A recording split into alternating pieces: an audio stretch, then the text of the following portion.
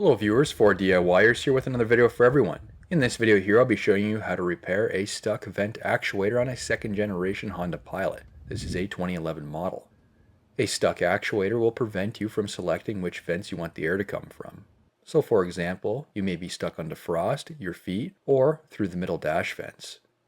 In a worst case scenario, you may be stuck with replacing the actuator. However, this method may work for you and it'll end up saving you money and time on the replacement.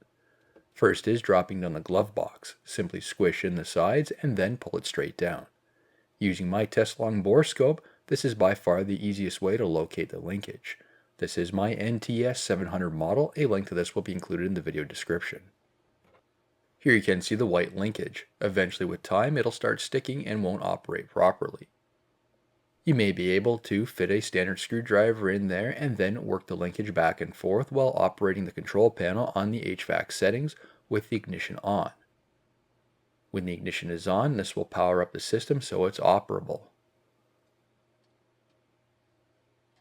If you find you're still having problems, then applying some lubricant would be the next option. I used a food-safe silicone spray. This is safe on plastics. You want a spray that is safe for plastic so it doesn't cause any future problems. Then continue to operate the linkage. Eventually that lubricant will work its way in and then it'll start functioning as it should. I did this repair about 8 months ago and haven't had any issues since. Once done, clip the glove box back into place and you're officially done.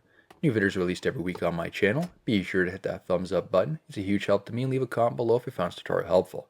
If you're not a subscriber, be sure to also hit that subscribe button. Thank you for watching.